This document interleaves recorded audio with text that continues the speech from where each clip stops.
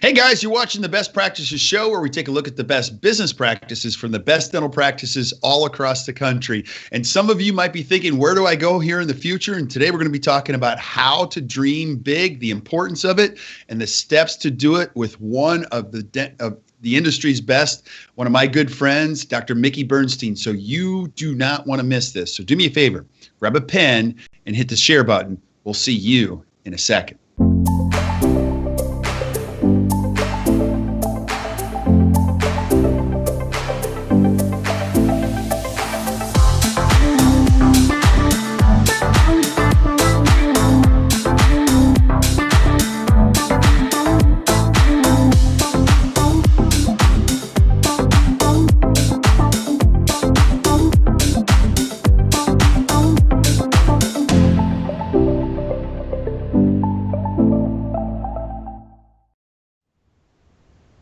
Hey guys, welcome back to the Best Practices Show. We are having so much fun doing this, and so thank you again for watching today. And a lot of the questions coming in, some of the things people want to see is just about the future of dentistry and where to go and some of the steps to make it happen. And so today I've got a really special episode with a good friend of mine who is an incredible leader in this great profession, Dr. Mickey Bernstein. And so you don't want to miss this. Now, before we get started, a couple show notes. We are shooting this episode live on Facebook. So if you have questions as you're watching it, please feel free to add questions to the feed, and I'll make sure that we ask Mickey directly. Or if you're watching it later after the live feed, feel free to ask the questions, and we'll make sure that we get you the answers. And again, we love the questions so much that we're giving away a free Apple iWatch every single week to the best question asked on any particular episode, any show, and we just love it. Plus 2 tickets to our practice growth seminar called Activate, so you do not want to miss that. Now, my guest today, when I asked him to do this, he's like, absolutely. So somebody I've looked up to for a long time, who's been a friend, a mentor, colleague, and just a great leader in this great profession. And So as you look at the future, you know, he's been great. He's had his own practice for a long time, very involved with the AACD and other organizations in dentistry, and also very good with the strategic planning. And so, Mickey, thank you so much for being on, buddy. I really, really appreciate it. Thank you, Kurt. Glad to be here. I'm really honored when I saw the lineup of all the people that you've interviewed, and just glad to be included amongst them. And I really, really appreciate it. And have had this long career so far of 42 years in dentistry. It's been just wonderful, and I'm really thankful for all my mentors, including people like L.D. Pankey, who changed my life. And I actually got to meet him and sit down and talk to him and learn from him and take his courses. People like Jimmy Eubank and Corky Wilhite, and Bob Frazier was a great mentor of mine. I really appreciate my staff, who's been so supportive of me through all of this, and my wife and family. My wife and I are in the consulting business together, and you and I collaborate a lot. And you know, I might point out to the audience that I sold my practice 11 years ago, but I realized that we were not the right consultants for our own team, so we invited Act Dental to come consult our team for a couple of years, and we're very, very pleased with the results we got from that. Yeah. So that was exciting.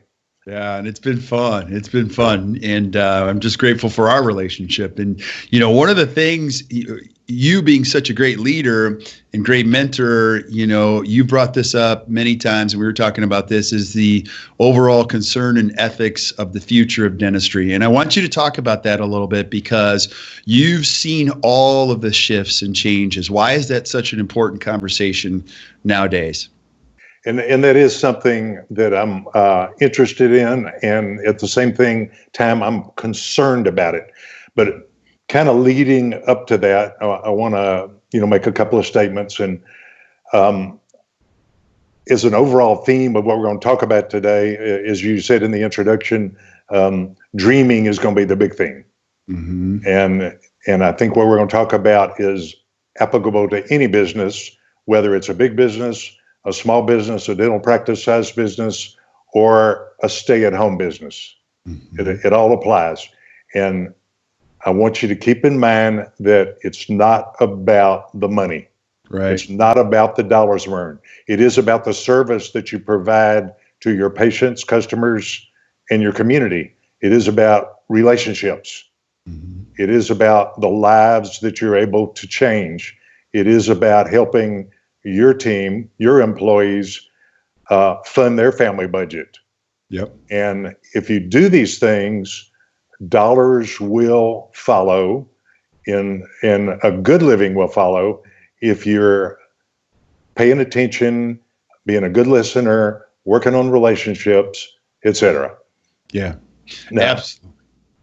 go ahead. Well, and I was going to just say that, this is one of those great professions, and I think you would agree.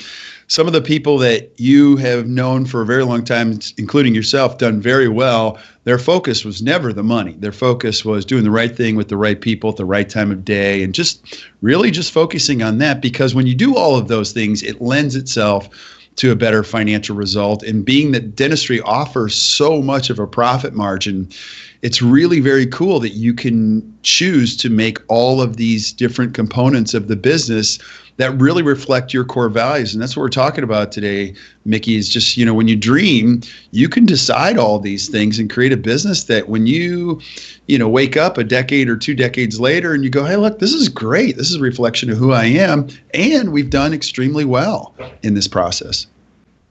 Absolutely. Let's talk about the state of dentistry for a moment. Absolutely. And in the past, in fact, if we go way back to the past, dentists were blacksmiths and barbers, and that's who did dentistry, and there were no license. And the first dental school wasn't until about 1840 in the United States. And as you fast forward, when I started dentistry in 1975, it was basically what I call mom and pop traditional practices.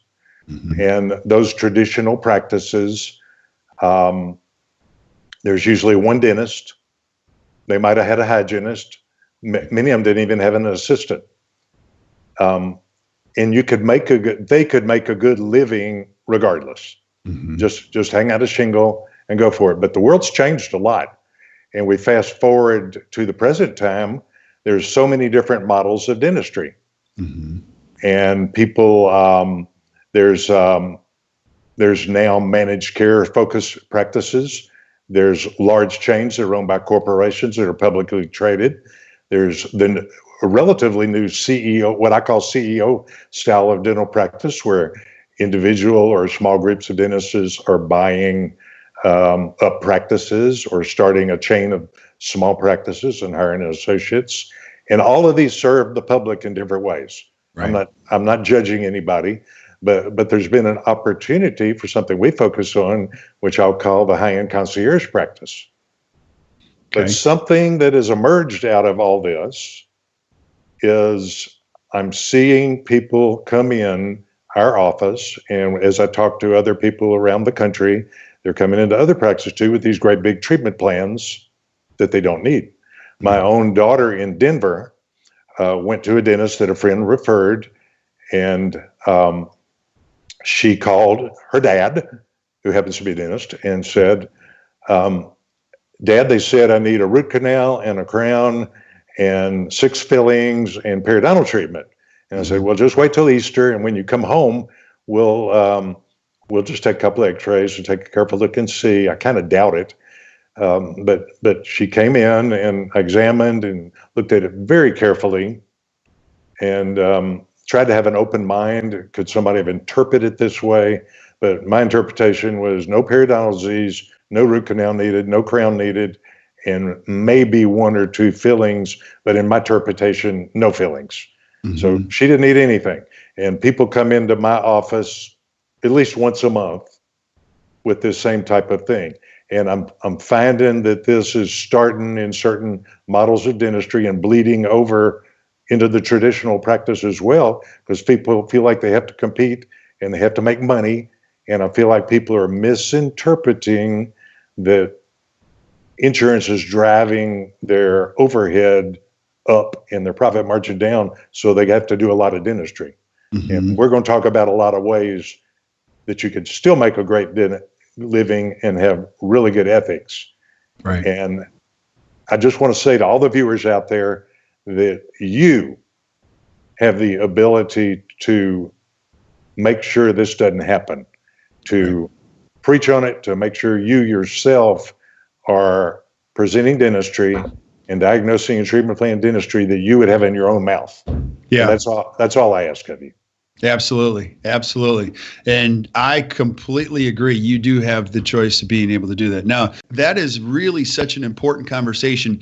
Now, can you just talk about this too? Because I want to kind of dig into that, why that's happened. You know, when I got started in this industry, you mentioned a lot of the great mentors that I had, you know, early on, even though I didn't know LD or didn't really, you know, Jimmy Eubanks and I aren't the closest friends or weren't, you know, but their voices were very strong in our motivation behind the direction. Do you feel like some of those voices are getting lost because there's too much information, or why do you think this line has been blurred so much?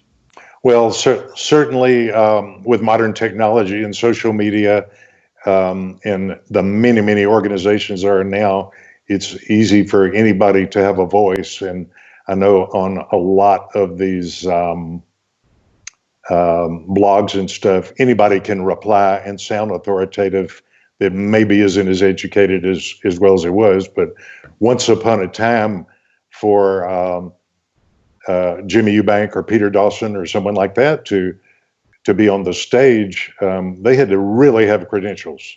Right. And, you know, I think that's a factor. And there's a lot of blur there. So I think we as hopefully we're all still students, no matter how long we've been practicing, but, you know, we have to vet who we're listening to. Mm-hmm. Absolutely. And when you're talking about your story, I mean, I listen to you a lot, and tell us about, you know, 42 years of experience, and you now do help dentists with strategic planning. You know, give us some perspective on some of the things that you've been through when it comes to dreaming big and making that happen. Yeah, well, I'm going to start out and say I was not planning on being a dentist. Really? All right. Actually, I goofed off in college for a couple of years, and I applied to about 13 med schools and did not get in. And I went ahead and applied to dental school as an alternative with the plan that I would make sure I made very high grades, and then I would walk across the hall to the med school and say, okay, would you let me in now? But really, from the first week, I had no idea what dentistry was about, and really enjoyed it. And really did well in the early anatomy and waxing classes and all that. So my focus was really on business, because my dad was a corporate accountant, and my dad was a corporate tax attorney. My mom was an accountant, and that's what we talked about at the dinner table. So that was my background, and I was really into organizations and being president of fraternities and things like that from an early age. Mm-hmm. But I jumped right in. Most of the courses I took for the first several years of dental practice were all on management practice development. And I looked up one day after a few years and went, wait a minute, there's got to be more to dentistry than this. Mm-hmm. And, you know, one of my influencers suggested I go to the Pankey Institute. But at that time, and this was the early 80s, there was no other place in the United States to go to get advanced education unless you want to go to Europe. And so I actually borrowed money and went off to the Pankey Institute, where I ended up going once a year for 5 years and went through their whole curriculum. And it really changed my life and changed the way I approach dentistry. Right. And, you know, moving forward, I'm going to fast forward you. I really had a great general practice and got to do a fair amount of reconstruction and learn how to equilibrate teeth well. And I felt like my practice was very well run. And I did a lot of mentoring on the side and helped a lot of people. And that was really fun. But after 20 years of practice, I decided I was bored. And I'd been successful in real estate too. And I decided I was going to get out of dentistry. And of course, this is about 19 years ago. Okay. I was going to get out of dentistry and go and get in the real estate business full time. And so in the process of doing that, I was preparing my practice, as I always do. I always prepare for sale. And I read in Woody Oak's newsletter way back then that this coming thing of cosmetic dentistry was going to be really big, and that could really increase the value of your practice. And the best place to learn it was the AACD.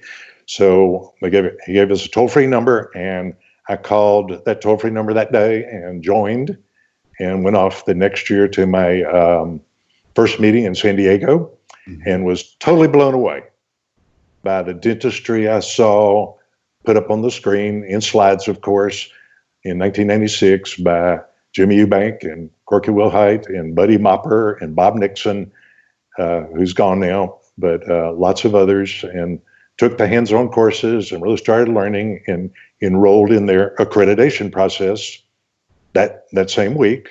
Mm-hmm. And 3 years later, I was accredited in cosmetic dentistry. Mm-hmm.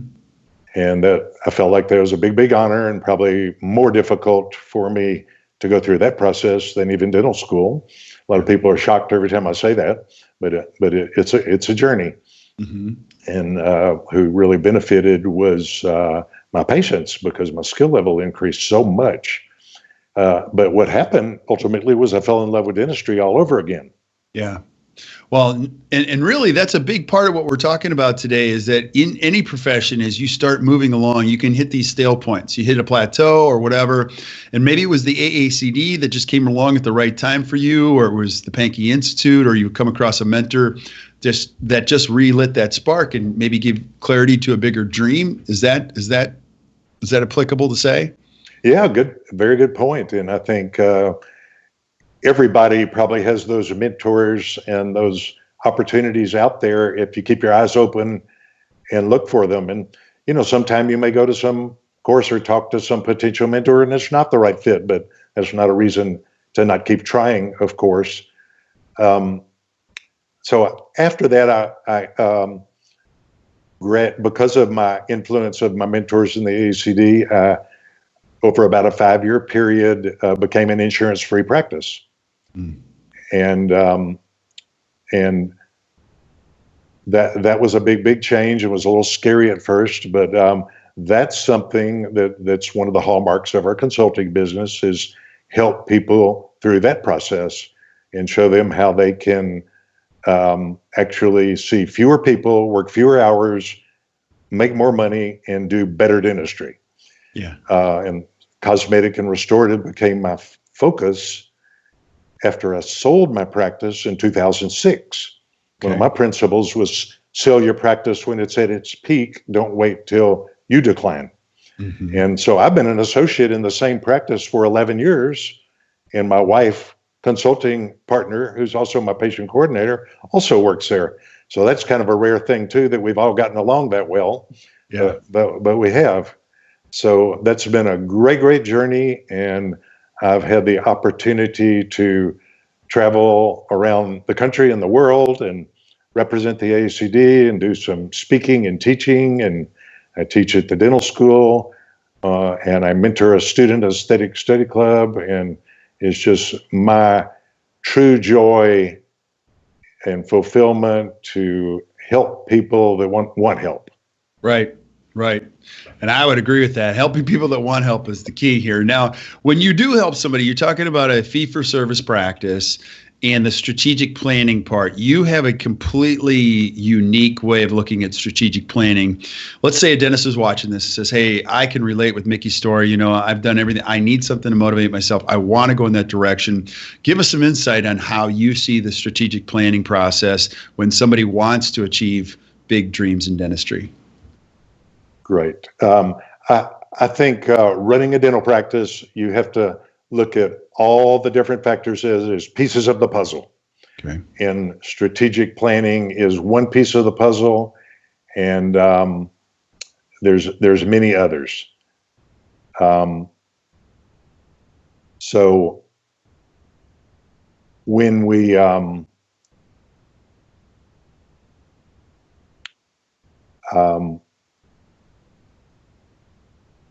I want to, this is not the sexy stuff. It isn't. No. It's not as exciting as doing prepless veneers. Right. But it's so necessary. And I saw an article just yesterday, I think, or the day before, from Seth Godin. And Seth Godin is somebody I get his blog and read it every single day. So if anybody doesn't get Seth Godin's, just Google him and go ahead and subscribe, because he has great stuff every single day. But he said he called it the unfairness of paint. And he said repainting your house the same color it already was feels like a waste of time. And it's a lot of effort merely to keep things as they are. But if you don't do it, time and entropy kicks in and the house starts to fade. So the time can be said for 1,000 elements of your organization, including your relationships with customers and your staff and suppliers and technology. But the way you approach your market, the skill you bring to your craft, and the culture to your organization, it constantly needs another coat of paint, constantly. But he says, rust never sleeps. I love that phrase. So I think of, again, I say it's not the sexy stuff, but it's the necessary stuff that we need to do. Yeah. So step one, which we titled this, is dreaming. And that's kind of been my little twist on strategic planning. Of course, strategic planning is taught in business schools across this country every single day. Right.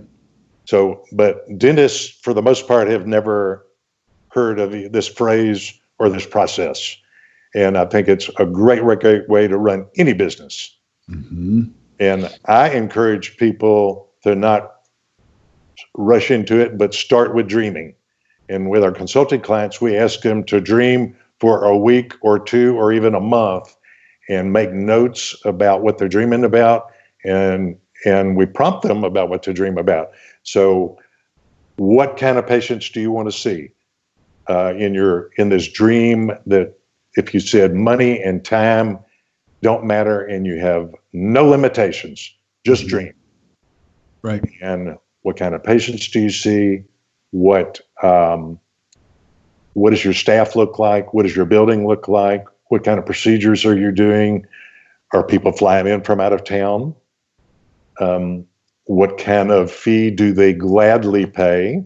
And many more things. And we try to get it all down on paper. I don't care if it's just a scratch piece of paper or formally written out. It doesn't matter. But I think it's a process to go through, because the next step after you dream is values clarification.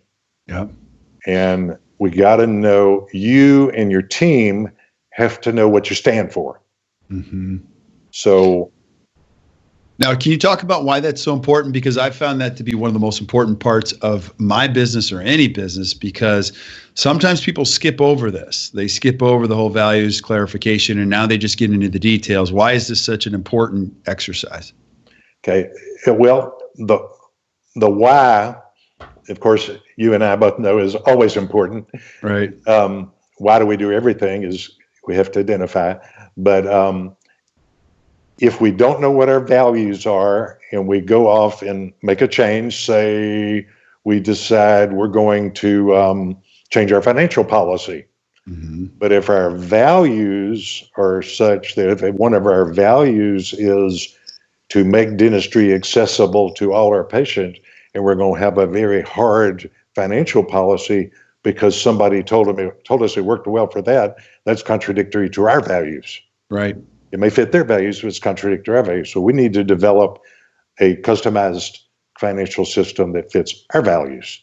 Right. So some of the values, of course, are integrity and honesty. And those are the things, but there's other values, like they're more specific to dentistry, like that you may choose to adopt, like no patient should have significant dentistry without a comprehensive exam. Right. Or something I learned from L.D. Pankey, he had the value, I will never pull a tooth again, ever. He referred people to pull teeth, but he decided he was never going to pull a tooth. And I've adopted the value, I'm never going to pull a tooth that doesn't need to be pulled. Right. So if some patient comes in and says, I would like my tooth pulled, and I say, well, it's really a pretty healthy tooth. You're going to need a root canal and a crown, but you don't want to lose that tooth. And I'll sit there and talk to them for 20 minutes about the importance of saving that one tooth. And if they're still saying, no, I just want my tooth pulled, I'll do one of two things, and that's refer them to somebody else because they're not a fit for our practice. Or I'll say, well, I'll tell you what, you pay for the root canal, I'll pay for the crown. It's that important to me that's my value. Yeah, that's great. That's great. Because you find this anytime that you cross your values or core values, you just, number one, you feel lousy about it, but then you're also going to attract more of that activity, whether it be patients, team members, all that kind of stuff. It's crucial, important in the strategic planning process. What happens after you do value clarification? So you said values is number 2. Where do we go after that? So thank you. The next step is creating vision. And this is difficult for a lot of dentists. It comes very easy to me, but and I think creating a vision is kind of a primary component of leadership. And leaders continually articulate their vision and their values and their standards. Stephen Covey, this is his second habit: begin with the end in mind. So again, we take that dream and those values and cull it down into a clearly written vision. And the staff is very involved in this too, because it has to be their vision too. Sometimes we have each department of the staff write their own vision and then pull it together into one vision for the entire team. But the vision becomes something that is achievable, right? Where the dream may have been some dreamy thing that may not ever happen, but the vision's a very achievable thing, and of course Stephen Covey says it, and Kurt Barrett says it all the time, and I say it, that if you have a lofty vision and you set about on the business of making it happen, you may not hit it, but you'll get a whole lot closer to it. Yeah. And interesting, prior to working with Act Dental, our office had written a very lofty vision. And we looked up one day and said, you know what? We've accomplished every one of our goals in our vision, every single one of them. And that's one of the reasons we came to you guys and said, helped us move even higher. Yeah. Well, that's awesome. Yeah, and you guys do all the work. Now, the other thing too, though, Mickey, would you agree? Sometimes, when you're writing the vision, you've got your dream put together. You don't want to, again, limit yourself in this. Sometimes I think, and you can tell me if you see this too, sometimes people just don't go for it all the time. They'll go, well, I've got some team members that might not buy into this. And so what you do is there's a little recession that goes on with your vision. Now, can you just speak about that? Because you don't want to compromise your vision, because you'll wear the discrepancy of that for your entire career. Correct. Right? Correct. And I like to talk about there are teams that are going to be resistant, particularly if your vision is something like becoming insurance free and you've got several team members that have always worked with managed care. Then that's a difficult change for them, but not an impossible change. And that's where leadership comes in.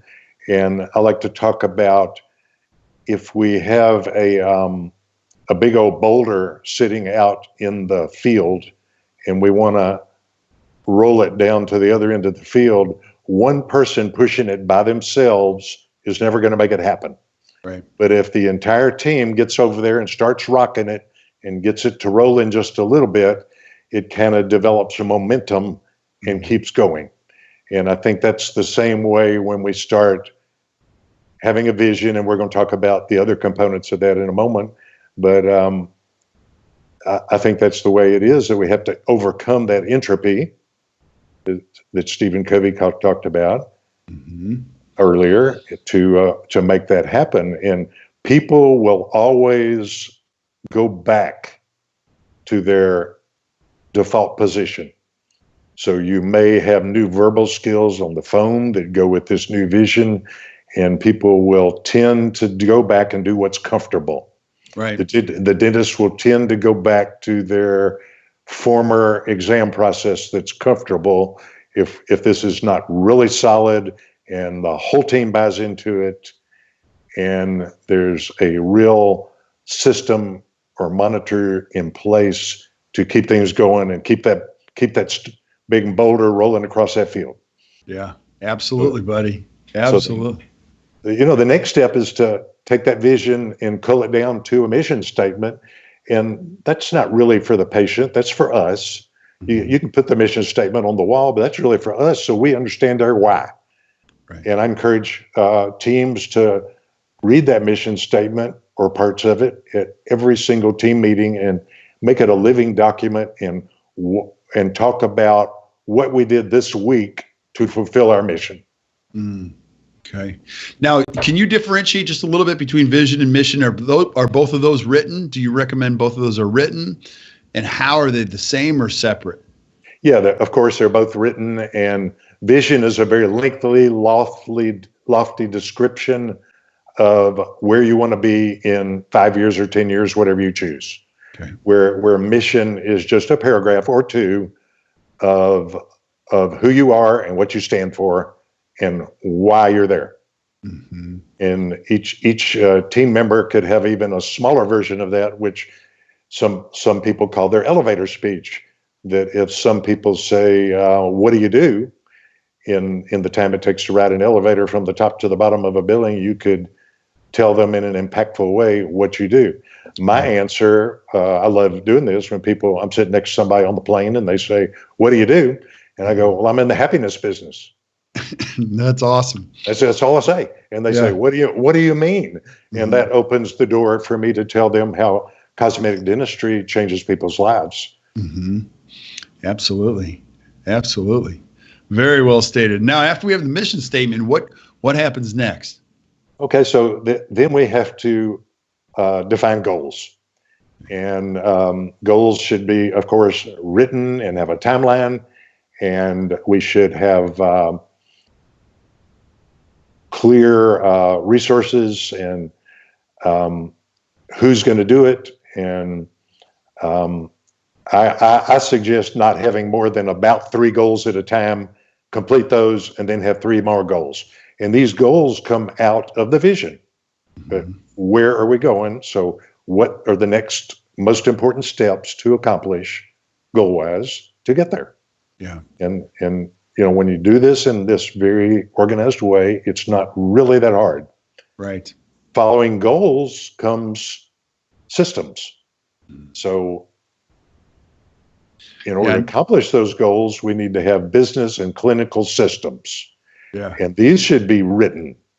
And they should talk about how you do them, why you do them, what they are, when they're done in detail. And everybody in the team needs to buy into it and say they will do it and they will try. And we need to retrain on them on a regular basis. Right. Now, you could speak to this firsthand because you not only have done this and you do it extremely well, but you help other offices too. Writing systems is not easy. I mean, you have to get everybody on board. And we always say if it isn't written down, then it doesn't exist. But what's some of your experience in systems or, insight that you could give people watching this on systems?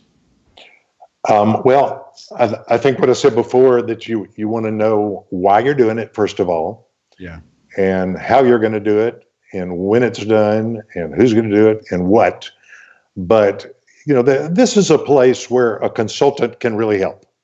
And Act Dental is absolutely fabulous at this. And Bernstein Consulting does it too.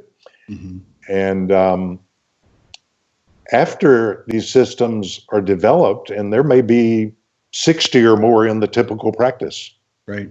And you can take it as far as you want. You can have a system for how you're going to sterilize equipment. You can, the more obvious systems are your recall system, your financial arrangement system, but there's little things people don't think about that are also important. Mm-hmm. How do you set up trays? That can be a written system. Yep. And then just to write it down isn't enough. The team has to be trained on it, and you have to take the time to train, which leads us to team meetings. So the only way this works is to have regular team meetings. And a lot of people dread team meetings. That's, again, like paint to some people, but you can make it exciting. And if the whole team has bought into the vision and the mission and why, then all of a sudden the meetings take on validity. And if they're structured well, and again, a good coach can help you structure it well, the team meetings don't have to last that long, right, and can get a lot accomplished in a shorter period of time. Yeah, absolutely. What would you say to somebody who says, I don't have time to do team meetings? Because I hear that one too. Yeah, and of course I would say, if you want to move forward and be successful, then you don't have time not to. Right. And of course, study after study has shown that not just dental practices, but companies that take the time to plan and study and work do more at the end of the year than those that don't. Mm-hmm. Because everybody knows what they're doing. The patients come in and feel like it's highly organized, and all these systems are working in harmony and in sync. And your brand ends up being very, very profound to the public, because you took the time to do it. Mm-hmm. And then, of course, kind of the final component, which is, again, my twist on this is you got to have monitors. Right. And for some systems, monitors is numbers to compare every month. But for other monitors, it's a person who's going to be responsible for standing behind the people who's answering the phone and making sure that it's done correctly. And that doesn't mean that they critique them or correct them on a regular basis. That means if they see a pattern, then they tell the practice administrator or the doctor, we need to retrain on the phone answering system, because I'm seeing us getting off base. Mm-hmm. It's as simple as that. Absolutely. And what gets measured gets improved, but what gets measured on and reported on gets exponentially improved. I couldn't agree more. The monitors are a good gauge to see if we're on track or not. Absolutely. Anything else that you'd recommend, just to kind of tie the whole strategic planning process together? Do you recommend doing that once a year, once a quarter? Mickey, what do you think? I think you set a time depending on where you are in your life. If you're a new dentist, 1 year in practice and going to do this, I think a 5-year vision is appropriate. Mm-hmm. If you're a retiring dentist, or you're going to retire in the near future, maybe a shorter vision is appropriate. But for more people in the middle ground, looking I think 10 years out is appropriate. Right. And it varies. There's no right and wrong on the time limit, but I think that's something to consider. Yeah. I'd like to talk about branding, if I can, for just a minute. Please. And, absolutely. I think everybody in every business has a brand, whether they think they have one or not. Mm-hmm. And a lot of people think a brand is a logo like a Nike swoosh, but it's not. Okay. And I have a friend, I'm in the Memphis area, and our biggest employer is Federal Express. And the executive vice president of Federal Express is a friend of mine named Mike Glenn. And Mike Glenn said that his job is keeper of the brand. And he defined the brand as everything that a customer or a potential customer may come into contact with about your company ever. Right. So that includes everything. So it's not only your marketing and your advertising, but it's how you answer the phone, how you conduct your new patient experience, how every single team member, including the hygiene assistant, interacts with members, with patients, excuse me.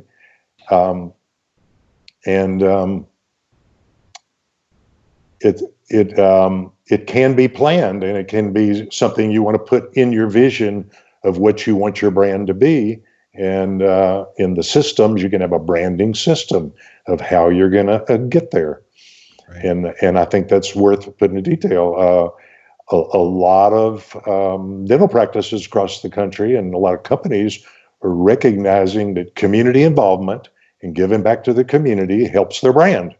Of course, doing it for the wrong reasons doesn't help your brand, but if you do it with the right heart, whether you sponsor a 5K or help people with the AACD's Give Back a Smile program to help women that have been abused by their loved ones and had their teeth damaged, or whether you just do charitable work within your office for a while, or there's lots of ways to help your community and help your brand.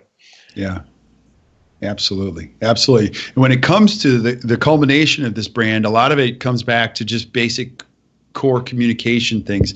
And you've learned a lot, and that's really, because when people speak about your practice, your brand, a lot of the things they're going to reference will be how they felt, how they were communicated with, the people, all that kind of stuff. And Mickey, you've learned a lot of incredible things in communication. What are some of the basics you would say that are important in creating this practice of your dreams? Yeah. Communication, is something just is real important. And, there's about 5 points of contact in the office. Scheduling the appointment, clinical exam, hygiene, case presentation, they all need to be handled well. There's the first phone call is very high priority. You must have ample time. And, we really encourage people to, when a new patient calls, to have a separate area where the person answering the phone can talk to that person and take as much time as they need and build a relationship on the phone and make the patient feel like that they have no need to call anywhere else. They've reached the last patient, and sending out a patient packet is part of it. The new patient experience, we could spend an hour or two on that real easily. But how the patient enters the practice and what's the role of each team member, and how you're going to treat different patients seeking different care, whether you're going to have a cosmetic analysis appointment or a free orthodontic consultation or a free snoring, sleep apnea consultation. Lots of things you can do. Case presentation in brief, and financial arrangements. We recommend you do it in the consultation room, not chairside. Yeah. Have some privacy. Always make it about the relationship. Everything. The phone call, the case presentation, every contact is about relationship. Yeah. In real estate, they say location, and I say relationship. Yeah, absolutely. When you're creating, sometimes you can get a little discouraged, and I hear this all the time. This week I'm speaking in a couple different places, and you hear dentists come up to you and they're like, it'd be great, but I can't do that. I want this practice of my dreams, but I don't have a team, or my team won't buy into this, or they won't. What would you say to a young dentist who's trying to create the practice of his or her dreams and runs into consistent roadblocks because you didn't have a practice where it was just super easy for you. Like it just didn't happen. You worked hard at it, right? Yeah, and actually, I considered myself a good businessman compared to most dentists. And I had worked a little bit before I went to dental school, but you can't do it by yourself. Yeah, completely by yourself. And I'm not saying if it's not in your budget, you got to rush out the first day and hire a consultant, but seek mentors that are successful and share your values. And when the time's right for you, find a good consultant to help you. And I know I was 6 months into the practice when I had my first consultant. And even though I consider myself a very good businessman, it was a big, big change. And this consulting firm wasn't anything compared to what's available today. Yeah. So, getting help is a great, we find as human beings, we're just not designed to reach our potential by ourselves. We need the help of everybody else around us to get there. And then talk about this too. If I'm dreaming big to create my practice, I want you to go in this. There are a lot of different business models. You alluded to it at the beginning, but what are some of the considerations that a young dentist should have today about their business model? And what are some of the good questions they could ask regarding the future? Okay, well, thank you, because I do get to have the opportunity to mentor a lot of young dentists, dental students, and even pre-dental students that are applying about the future. And they do have opportunities, and I think I'd like them to go through their own little strategic plan before maybe when they're halfway through dental school. Okay. And in fact, it's kind of timely because my wife and I are having a group of dental students from the dental school in Memphis to our office a week from Saturday just to spend the morning talking about this topic. That's awesome. And I like them to think about, who am I? What's important to me? If it's just money, then you go in one direction. If it's I want to be fulfilled, I think a lot of millennials, it is about fulfillment. Yeah. And it's about time off, and it's about being able to travel, and it's about relationships. I think with a lot of them, I think more of the people my age, it was, I got to get busy and get to work and make some money and support my family. And I think that's how we were raised, and that's what was important in the beginning. As time went on, fulfillment became a bigger part for me. Right. So these young folks, if you are overly concerned or very concerned about your student debt and the cost of starting a practice, then there's absolutely nothing wrong with going to work for a corporation that will pay you a acceptable and handsome salary, and usually a starting bonus. But realize you may be doing nothing but single crowns and amalgams all day long. Right. And you get some skill and you get some experience. You don't have to do that forever. That's an option. Yeah. And I talk to other people who it's very important to do their own thing, to run it their own way, to start applying their personal vision for the future right away. Right. So for that person, they want to do, may want to do a startup practice, even though that may not be as much money, maybe the slowest way to make money in the beginning. Right. And particularly if they have family help or a spouse that has a good job, then that may work for them just real well. And then there's other people that can become an associate of a traditional practice that has similar vision as they do, and that may be a better fit for them. Yeah. And generally, they're not going to make quite as much money. But if they have that with an opportunity to buy it within 5 years, that may be ideal for most people, because they can buy a practice, can associate it, and eventually buy a practice that is not exactly the practice they want, and then gradually change it into the practice they want. Yeah. And of course, when you're 25 years old and graduating from dental school, 5 or 10 years sounds like a long, long time. But, to me, if you have a 15 or 20-year vision and you can make it all happen by then, I think that's totally acceptable. Yeah, and I think you're bringing up a great point here, because if you're a young dentist watching this, there's not one way to do it. There are some students we see fresh out of school, and they're pretty focused on the way they want to practice, and that's great. I think the key here, though, is just when you finish your education, that's really when you have to start becoming even a better student, because your learning is just beginning. And then with any student, you have to do homework. I actually do like it when some kids go out and they work in a busy DSO practice, because they learn speed, efficiency, and maybe what they do like or don't like. And then sometimes, there's the point here is there's not just one model. There's an opportunity to go out there and see what's out there. And I do think this, before you build a building, you've got to have a lot of self-awareness, just your temperament, speed, style, because I find a lot of people will build the building and then they go to a great educational course like, the Institute, go to the Institute, or they go to Dawson, Spear, Coyce, or anything like that. And they go, oh my goodness, like I'm a 1-column dentist. And I realize I've got 9 chairs running. So, I think there's got to be a little bit of all of that. And the coolest part is this is such a great country. You can practice however you want to practice. There's no rules, So that's, and that's really what you're talking about, Mickey, is when you start this business, dream big, make it happen. Really, you're not going to fail. There aren't too many. I don't know many dentists that have failed. Do you? Well, I know some, not many, but I think it was more early burnout, or they never really tried in the first place, to tell you the truth. But I think those that try and apply themselves and educate themselves and at least pay attention to the basic principles are going to do just fine. Dentistry is a great profession, and is,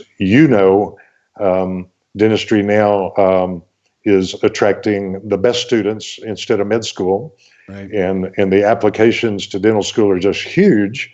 And I have this wonderful opportunity that I get to mentor the Student Aesthetic Study Club, sponsored by the ACD at the University of Tennessee. And I meet some of the brightest and most socially adept people I've ever met in my life there. I'm just blown away by how sharp these students are.